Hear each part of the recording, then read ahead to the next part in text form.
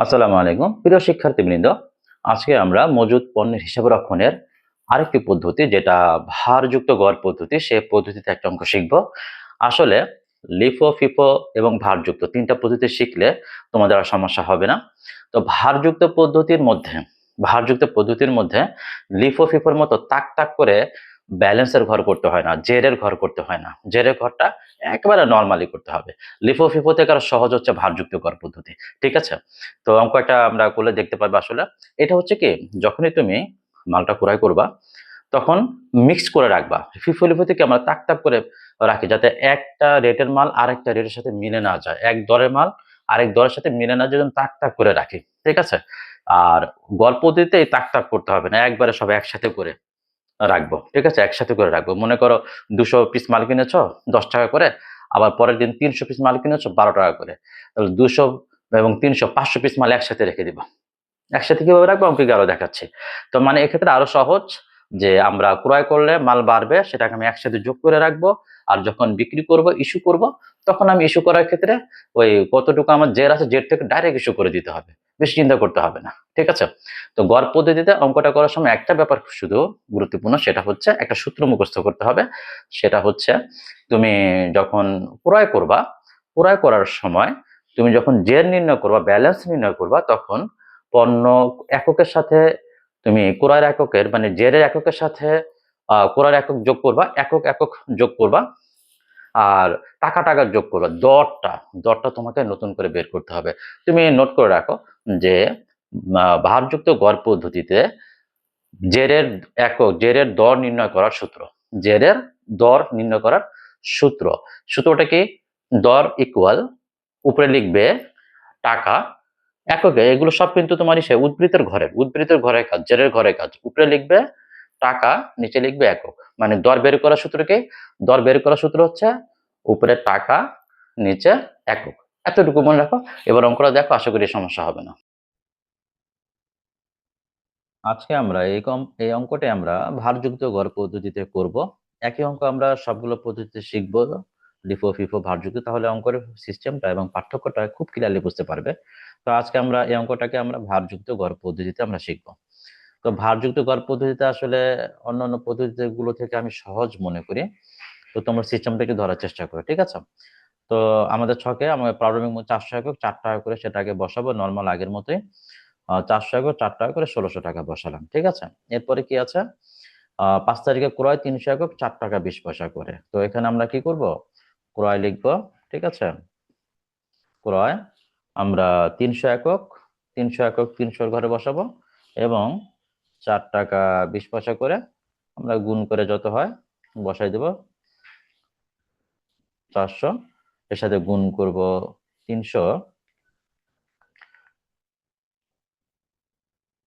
তো এখানে গুণ করে আমাদের যা হয় অর্থাৎ 1260 টাকা হবে। আমরা 1260 টাকা বসাই দেই। ঠিক আছে? তো এখানে ফিফো লিফো না, এটা হচ্ছে গড়, ভারযুক্ত গড় পদ্ধতি। গড় মানে সবগুলো একসাথে করে গড় বের করা, একসাথে।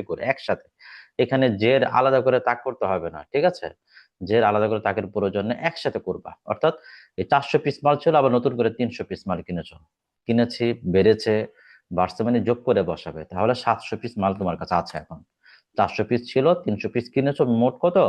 700 পিস। একক একক যোগ করবা, টাকা টাকা যোগ করবা। আগে 1600 টাকার মাল ছিল তোমার কাছে, এখন আবার তুমি কত? 1260 টাকার মাল কিনেছো। তাহলে 1600 তো ছিল, আবার 1260 টাকার মাল যদি কিনো, তাহলে মোট কয় টাকার মাল হলো তোমার কাছে? 2860 টাকা যোগ করে, 1600-র সাথে 1260 যোগ করে যা 2860 টাকা। ঠিক আছে? তাহলে এইভাবে, এই জেডটা এভাবে, এটা আরো সহজ, যে একক একক যোগ করবা, টাকা টাকা যোগ করবা। এখন সমস্যা হচ্ছে দরটা সবার লাস্টে বসাবা, এবং নির্দিষ্ট ভাবে একটা নিয়ম আছে, নিয়মের সূত্র আছে, সূত্রের মাধ্যমে বের করতে হবে। কিভাবে বের করতে হবে? এই যে টাকাটার সাথে ভাগ করবা সাথের একক, সাথের টাকা ভাগ সাথের একক। তার মানে কি 2860 ভাগ কত? 700। তো এর সাথে ভাগ করলে 4.08 এরকম হয়, আরো অনেক বড় সংখ্যা হয়। আমরা দশমিকের পরে 2 ঘর নিব, 4.09 লেখা যায়। আমরা 4.09 লিখলাম। ঠিক আছে? এটা কিন্তু ছিল না, এটা কিন্তু আমাকে বের করতে নিতে হবে। ভারযুক্ত পদ্ধতির নিয়মই এটা, যেখানে গড়টা এই দরটা দরটা আমাকে ক্যালকুলেশন করে বের করতে হবে। কিভাবে? আগে আগে টাকা বসাবে ক্যালকুলেটারে, দেন ভাগ 700 বসাবে, তাহলে হয়ে যাবে। আগে টাকা পরে একক, ঠিক আছে? আচ্ছা, এরপরে 7 তারিখে কি হয়েছে? 7 তারিখে আমাদের এখানে আছে ইস্যু 250 একক। তো আমরা 7 তারিখে আমরা 7 তারিখে আমরা ইস্যু লিখবো, ঠিক আছে? 7 তারিখে আমরা ইস্যু লিখলাম কত একক? 7 তারিখে ইস্যু হচ্ছে 250। তাহলে এখানে কিন্তু অনেক ঝামেলা কমে গেছে। 250, আমার এই যে ব্যালেন্স 700 পিস, এখান থেকে আমি 250 পিস মাল বিক্রি করে দিলাম। 700 থেকে 250 বিক্রি করে দিলাম, ইস্যু করলাম 4.09 রেটে যে মালটা ছিল সেটাকে আমি এখানে দিয়ে দিলাম 4.09। আচ্ছা, তো এখানে 4.09 রেটে আমাকে মালটা বিক্রি করে কত টাকা আসলো দেখো, সেই টাকাটা আমরা বসিয়ে দিই। ঘরটা একটু বড় করে নিই, ঠিক আছে? তো আমরা এখানে গুণ করে টাকাটা বের করবো, ঠিক আছে? তো গুণ করে টাকাটা বের করে টাকাটার ঘরে বসিয়ে দেবো। তাহলে 250-এর সাথে আমরা গুণ করব 4.09, গুণ করলে আসবে 1022.5। তো আমরা 1022 লিখলাম, ঠিক আছে? আর এখন 700-র জায়গায় আমি 250 পিস মাল বিক্রি করে দিয়েছি। তাহলে 700 থেকে যদি 250 পিস মাল বিক্রি করে দেই, তাহলে কত পিস মাল রয়ে গেল? 450 পিস মাল রয়ে গেল। রেট ওইটাই ধরতে পারো, কোনো সমস্যা নেই। রেট 4.09, ঠিক আছে? মানে 700 পিস থেকে 250 পিস বিক্রি করে দিলাম, এই রেটের মালটা 4.09, 450 পিস মাল রয়ে গেল 4.09। তো 4.09 দিয়ে যাবে, গুণ করো, গুণ করে আমাদের এখানে বসায় দাও। 1840 দশমিক সামথিং আসে, আমি 1840 লিখলাম, ওকে? এরপরে আসো 8 তারিখে যাই। 8 তারিখে কি কথা বলা হয়েছে? 8 তারিখে বলা হয়েছে ক্রয় 300 একক 4 টাকা 80 পয়সা। তাহলে 8 তারিখে আমি লিখবো ক্রয় 300 একক 4 টাকা 80 পয়সা করে। তো এখানে আমরা 4 টাকা 80 পয়সা করে রেটটা বসাই, ঠিক আছে? 4 টাকা 80 পয়সা করে আমরা রেটটা বসাবো। আচ্ছা, তো 4 টাকা 80 পয়সা করে এটা যদি বসাই, 4.8 নিচে চলে আসে, মানে 4.8 বসাবে। তাহলে এখানে কত হয়? গুণ করো 300-র সাথে গুণ করে 4 টাকা 80 পয়সা করে, তাহলে 1440 টাকা হয়। 1440 টাকা বসাবো। এরপর ব্যালেন্সটা যে নির্ণয় করবে কিভাবে? আগে যেহেতু ক্রয় করেছে, ক্রয় করে মাল সংখ্যা বেড়ে যাবে, আমার মজুদ বেড়ে যাবে। 450 ছিল, আবার 300 কিনেছে, তাহলে 750 পিস এখন মাল আছে আমার। হ্যাঁ, ঠিক আছে? 450 আর 300 যোগ করবে, একক একক যোগ, টাকা টাকা যোগ, ঠিক আছে? একক একক যোগ, আর এই টাকা, এই টাকার সাথে এই টাকা যোগ, 1440-এর সাথে যোগ হবে কত? 1840। তাহলে 1840 যোগ করে আমাদের টাকাটা হবে 3280, 3280। এখন কি করব? আবার রেটটা বানাতে হবে। কিভাবে? 3280 ভাগ 750, ঠিক আছে?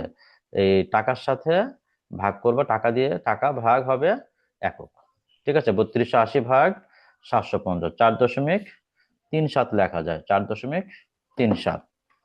তো এখানে 4.37 37 যেটাকে বলা যায়, 4.37 আমরা লিখলাম, ওকে?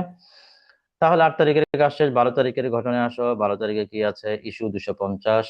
তাহলে 12 তারিখে আমরা ইস্যু লিখি, ঠিক আছে? ইস্যু 250, ইস্যুর ঘরে চলে যায় 250। তো 250 আমাকে ইস্যু করতে হচ্ছে 750 থেকে 250 আমি ইস্যু করবো। হ্যাঁ, 4 টাকা 37 পয়সা রেট বা দর। তাহলে আমার 750 থেকে 250 যদি আমি ইস্যু করে দিই, আমার কাছে 500 পিস মাল থাকবে। হ্যাঁ, 4 টাকা 37 পয়সা রেটের, ওকে? 4 টাকা 37 পয়সা রেটের মাল থাকবে। তো এখন টাকাটা কত হবে? গুণ করে বসে দিলে হবে। প্রথমটা আমি 250-এর সাথে গুণ করি, 4.37 গুণ করি, তাহলে এখানে 1092 আসে, সামথিং আসে, 1092 লিখলাম। আর ওখানে 500-র সাথে যদি আমি গুণ করি, 4.37 যদি আমি গুণ করি, তাহলে ওখানে আসবে 2185 আসে, 2185 বসালাম, ওকে? এবার আসে 20 তারিখে চলে যাই। 20 তারিখে কি আছে? ইস্যু 200 একক। তাহলে 20 তারিখে আমরা ইস্যু আবার দিব, ঠিক আছে? ইস্যু 200 একক আমরা বসাবো। তো ইস্যুর ঘরে বসাবো, ইস্যুর ঘরে বসাই। তো ইস্যু যখন করবো, আবার দেখবো আমার কাছে কত পিস মাল আছে? 500 পিস মাল আছে। 500 পিস থেকে আমি 200 পিস আমি ইস্যু করলাম 4 টাকা 37 পয়সা করে। তাহলে আমার কাছে রয়ে গেল কত? 500 থেকে 200 আমি ইস্যু করে দিয়েছি, আমার কাছে রয়ে গেল 300 পিস 4 টাকা 37 পয়সা করে। তাহলে টাকাটা কত হবে? গুণ করে বসে 200-র সাথে আমি গুণ করবো 4 টাকা 37 পয়সা, তাহলে আসবে 874 টাকা আসবে। তাহলে এখানে আমরা 874 টাকা বসাবো, ঠিক আছে? আর 300-র সাথে যদি আমরা গুণ করি 4 টাকা 37 পয়সা যদি গুণ করি তাহলে আসবে 1311 টাকা আসবে। ওকে, 25 তারিখে চলে যাই। 25 তারিখে কি আছে? ক্রয় 250 একক 5 টাকা করে। তাহলে এখানে আমাদের কি করা হয়েছে? ক্রয়। তাহলে আমরা ক্রয় এখানে দিলাম, ক্রয় 250 5 টাকা করে। ক্রয় হলে মাল বাড়বে, বাড়লে আবার যোগের কাজটা করতে হবে। ঠিক আছে, 250 পিস মাল কিনেছি 5 টাকা করে, 1250 টাকা হয়, গুণ করে 1250 বসাবো। এখন এই জেরের ক্ষেত্রে কি করব? 300 পিস মাল ছিল, 250 পিস মাল কিনেছি, 250 পিস মাল কিনেছি, তাহলে আমার এখন কত পিস মাল আছে? 550 পিস। একক একক যোগ, এরপর টাকা টাকা যোগ করো। 1311-র সাথে যোগ করব আমরা, 1311-র সাথে যোগ করব কত? 1250 যোগ করব, 1250 যোগ করি তাহলে 2561 টাকা হবে।